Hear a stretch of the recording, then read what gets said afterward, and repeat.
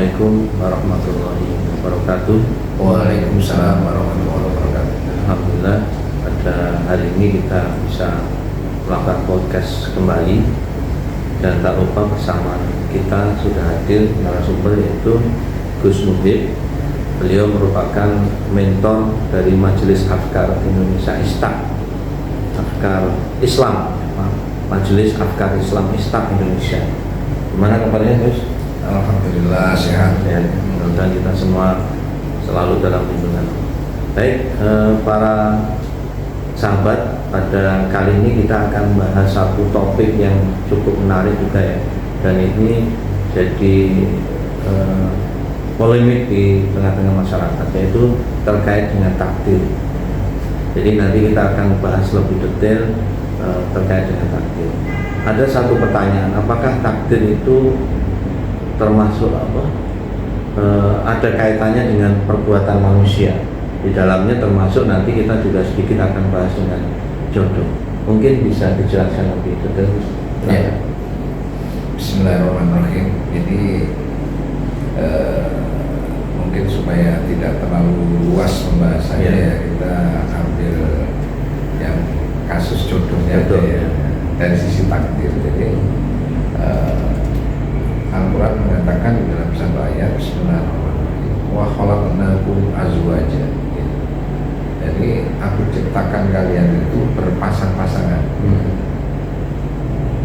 Jadi ini informasi kepada kita bahwa takdirnya itu manusia itu berjodoh. Laki perempuan itu jodoh. Laki sama laki, perempuan sama perempuan itu bukan jodoh.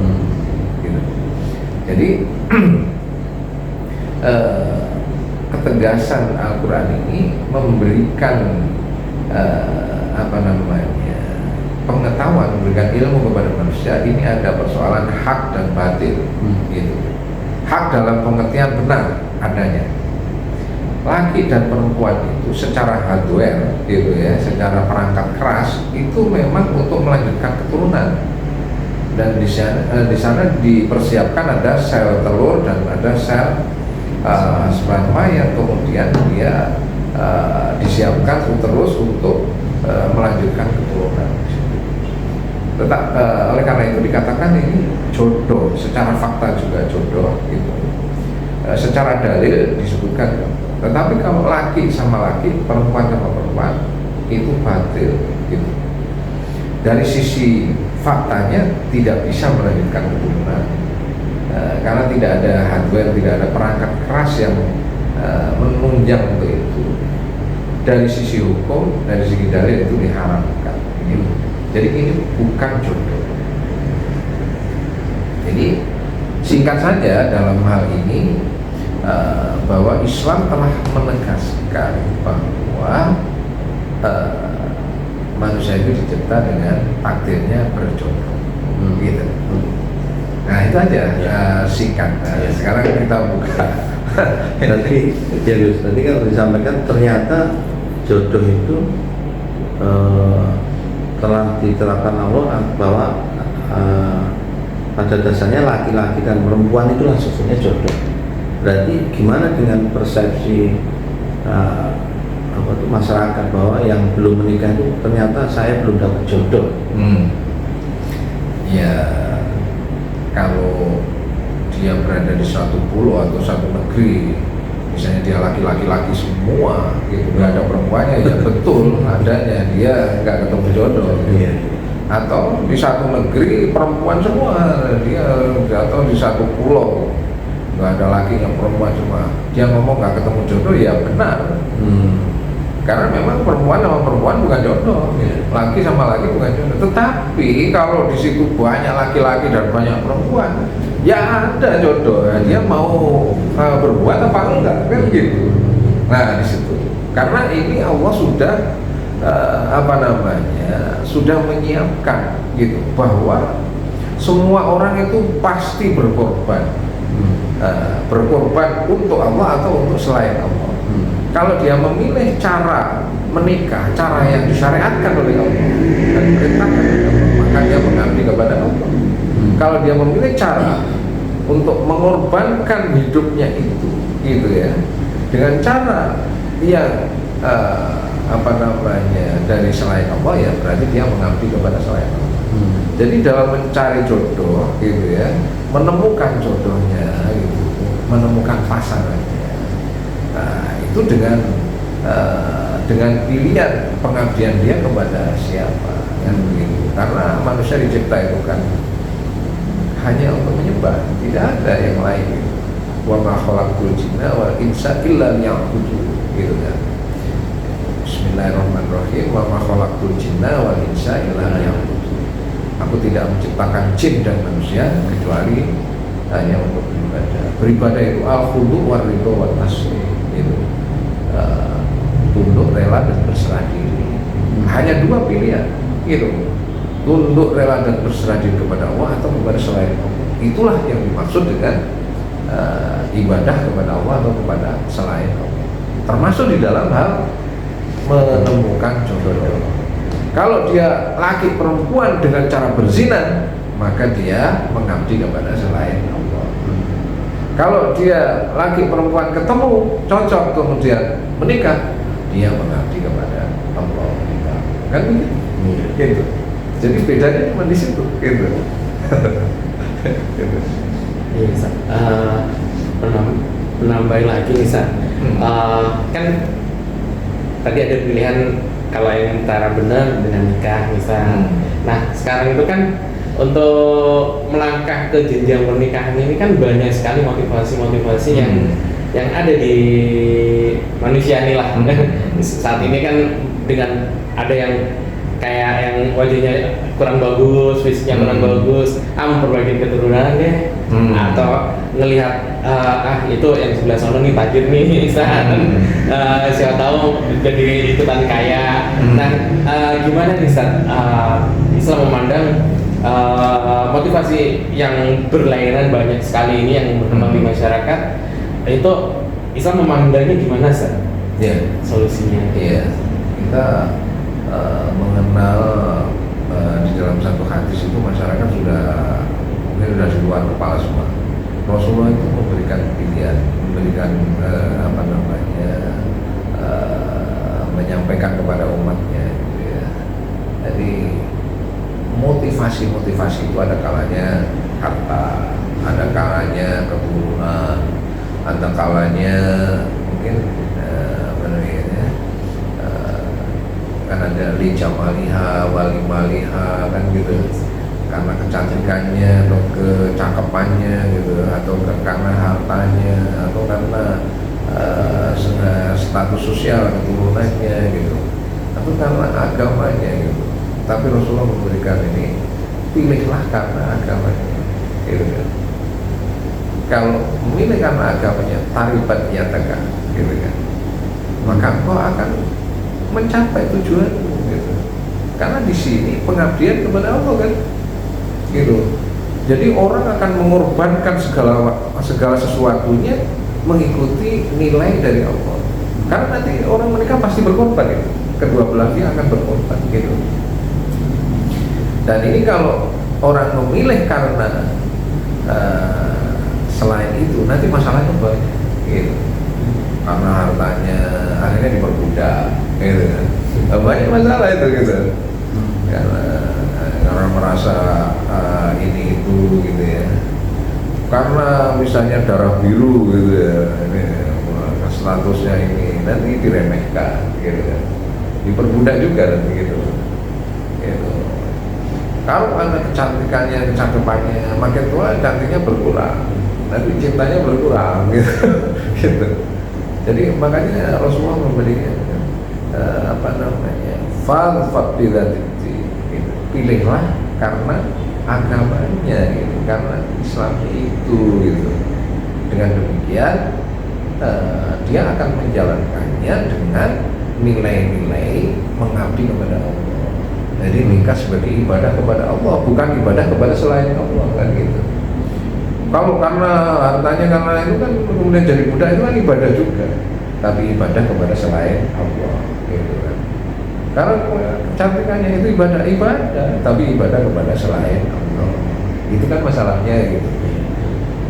Ada juga motif-motif lain gitu ya. Orang nggak ketemu jodohnya gitu. Ada laki perempuan banyak karena tersandung masalah etika misalnya. Islam tidak mengharuskan etika seperti itu. Banyak berkembang masyarakat misalnya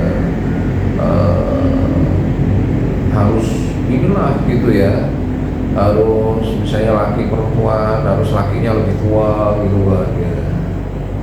Itu kan etika komunitas, etika suku, etika etnik mungkin ya gitu ya. Etika yang dibuat orang gitu. Apakah seperti itu? Islam tidak mengharuskan seperti itu gitu. Kok tahu? Dan Rasulullah umur 25 tahun, Khadijah umur berapa? Iya, 40 gitu. Gitu. Kalau mengikuti etika suku-suku etnik itu kan tidak cocok sama itu gitu. Gitu. Jadi tidak ada ajaran seperti itu di dalam Islam. Terus misalnya kalau mencari pasangan harus inisiatif dari laki-laki, perempuan itu menunggu aja gitu. Siapa yang ngajarin seperti itu? Gitu. Gitu. Itu kan etika gitu. Akhirnya orang nunggu yang ditunggu gak jelas urusannya gitu kan. Akhirnya gak jadi nikah gitu kan. Itu kesalahan berpikir gitu. Jadi nggak ada juga kayak gitu. Jadi apa namanya, itu kan mungkin masalah, maaf ini ya, mungkin istilah orang bisnis itu supply and demand gitu. Gitu. Jadi pikirin aja begitu, bagaimana kalau ini apa namanya permintaan ini ya sama penawarannya itu gitu.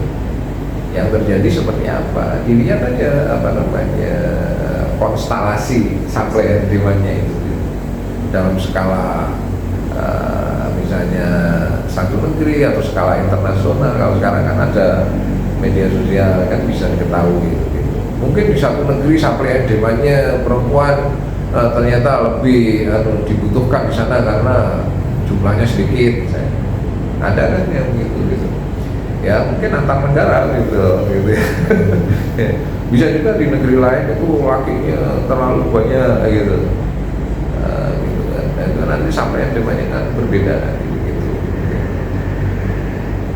Jadi apa namanya itu Islam mengajarkan rasional saja gitu. Itu kan masalah teknis gitu. Gitu. Jadi jangan kemudian kita dipersulit oleh teknis sendiri gitu. Di situ ada laki perempuan ya jodoh gitu. Nah, motif orang ya macam-macam gitu. Jadi itu ini kecuali kalau tadi terganjal memang nggak ada sama sekali ya berarti nggak.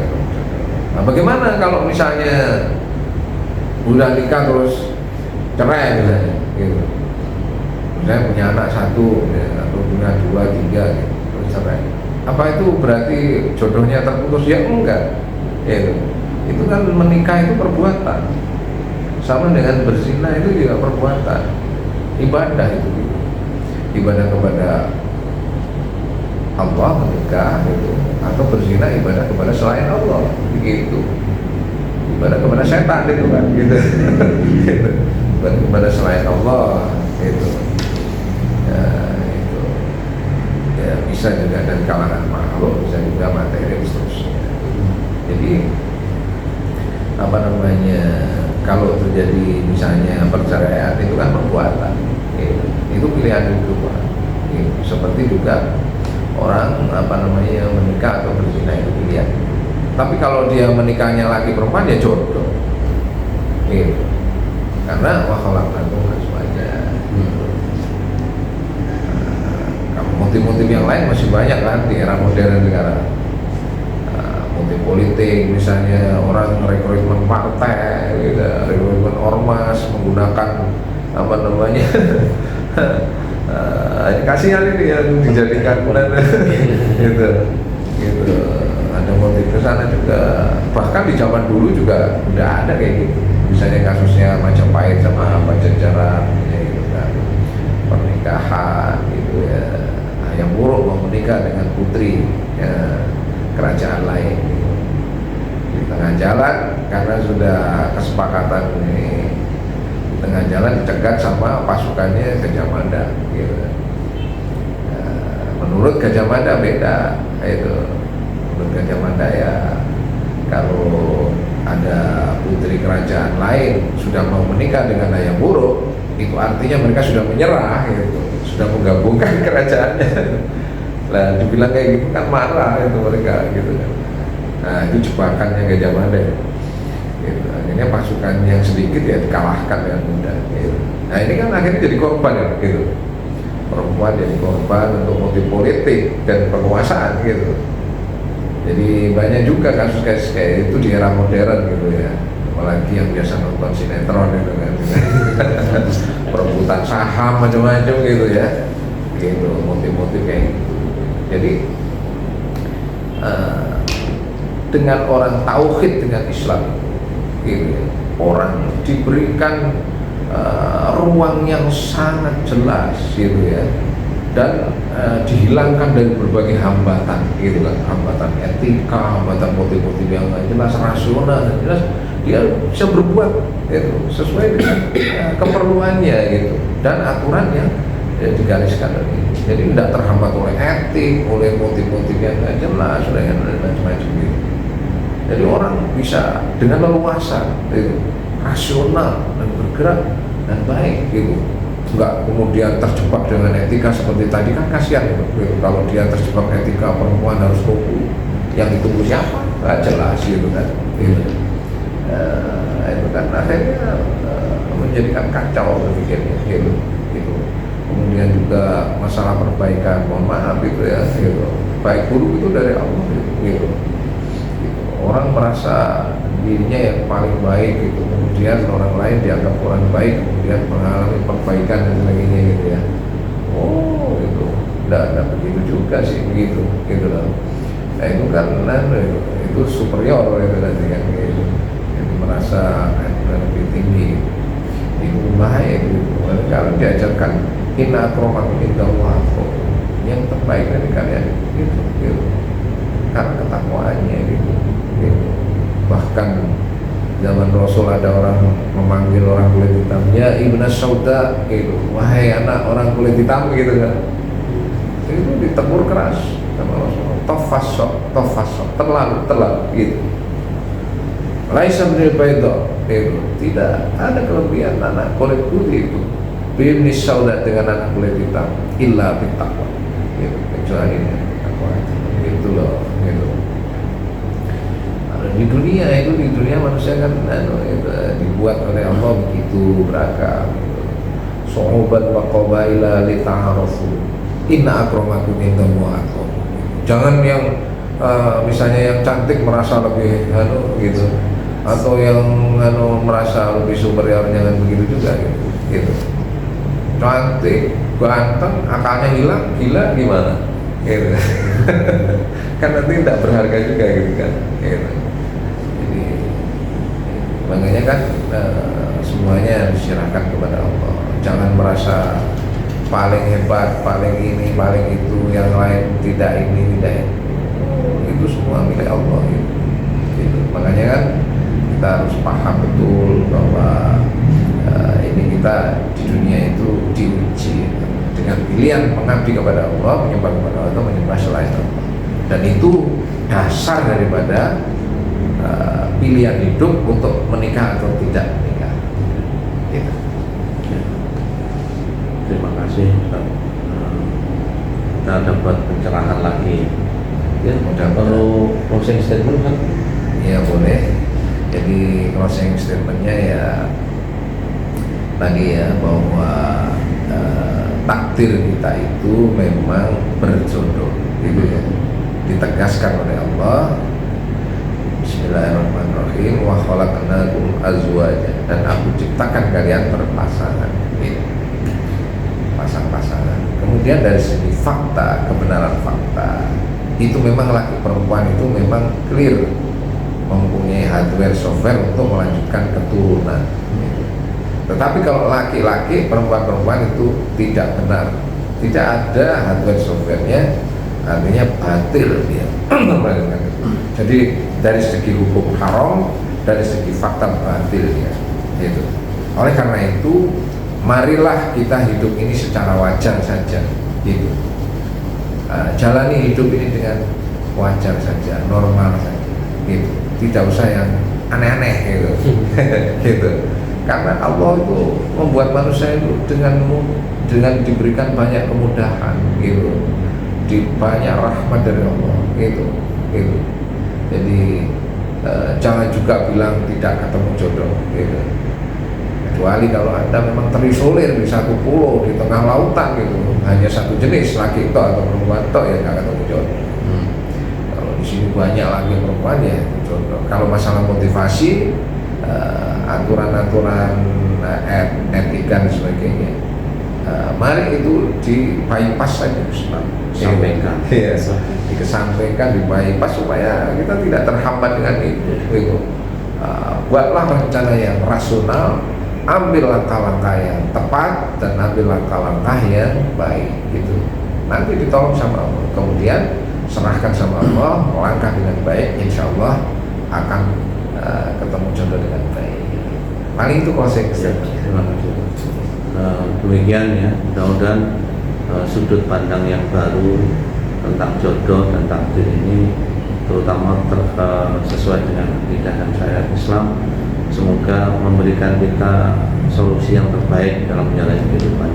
Demikian Gus, sampai ketemu lagi di podcast selanjutnya. Assalamualaikum warahmatullahi wabarakatuh.